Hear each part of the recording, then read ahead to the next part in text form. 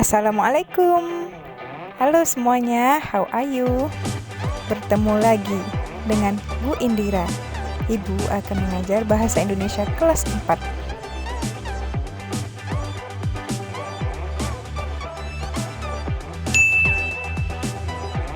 Materi kita hari ini adalah tentang sastra. Apa itu sastra? Beberapa dari kalian mungkin ada yang tidak pernah mendengar sama sekali apa itu sastra. Mungkin sebagian ada lagi yang sudah pernah mendengar apa itu sastra.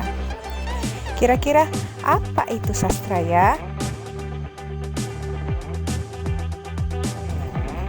Oke, mari kita bahas. Pengertian sastra adalah salah satu bentuk karya tulis yang isinya berdasarkan khayalan atau ungkapan perasaan seseorang.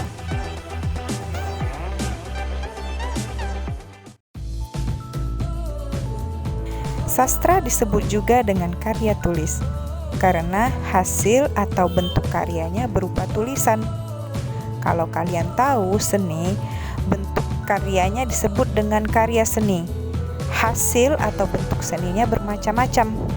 Ada yang lukisan, pahatan, musik, dan kerajinan tangan. Begitu juga dengan sastra.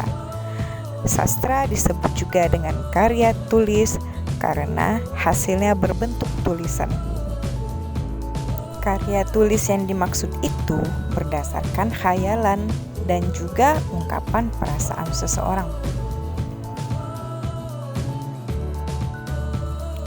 Jika kalian pernah menuliskan diari ke dalam buku harian kalian, hal itu juga bisa disebut dengan karya sastra. Kenapa?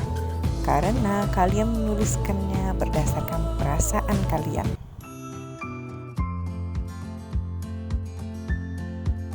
Oke, sekarang kita masuk pada jenis-jenis karya sastra. Jenis-jenis karya sastra itu ada puisi, prosa, pantun, cerpen, novel, dongeng, hikayat, dan drama. Kalian mungkin sudah tidak asing lagi dengan jenis-jenis karya sastra ini. Bahkan mungkin kalian sudah pernah membuat karya sastra sendiri sebelumnya. Mungkin juga kalian sering membaca karya sastra ini. Semua jenis karya sastra tadi diciptakan berdasarkan perasaan penulisnya. Contohnya puisi. Ada juga karya yang diciptakan dengan khayalan penulisnya, seperti dongeng, cerpen, novel, dan pantun. Ciri-ciri karya sastra. 1. Isinya menggambarkan tentang kehidupan. 2. Bahasa yang digunakan baik dan indah. 3. Memberikan kesan yang baik untuk pembaca. 4. Memberikan hiburan bagi pembaca. Karya sastra itu biasanya menceritakan tentang kehidupan sehari-hari. Misalnya pada puisi. Ketika kita membuat sebuah puisi, tentunya kita menuliskan perasaan yang kita alami dalam kehidupan kita. Baik itu rasa senang, rasa sedih, dan semangat. Begitu juga dengan cerpen. Penulis juga pasti menuliskan cerita-cerita yang terjadi pada kehidupannya ataupun kehidupan orang lain. Walaupun cerita itu bukanlah tentang dirinya, tapi pasti penulis itu menceritakan tentang kehidupan orang-orang. Begitu juga dengan karya sastra yang lainnya.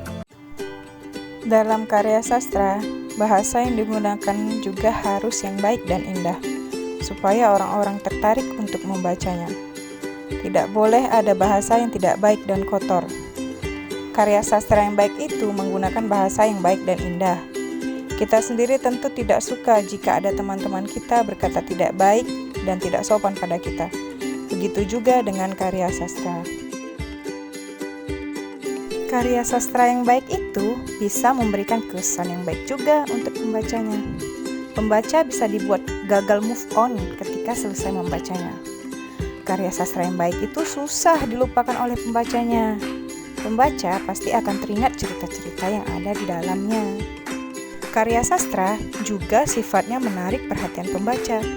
Seperti ketika membaca novel, terkadang kita bisa menangis, bisa tertawa, bahkan bisa ikut marah ketika membacanya. Kalian pernah kan membaca dongeng si Kancil? Kalian juga pasti kadang tertawa-tawa ketika Kancil mengerjai buaya yang bersusun menjadi jembatan. Atau ketika kalian membaca dongeng tentang Malin Kundang, kalian pasti merasa sedih dengan ibunya. Karena itulah karya sastra itu harus menarik bagi pembacanya. Oke, anak-anak semuanya, Ibu rasa cukup saja video yang Ibu buat hari ini. Semoga bermanfaat. Jika ada di antara kalian yang tidak paham, boleh tanyakan Ibu ya. Sampai jumpa. Assalamualaikum warahmatullahi wabarakatuh.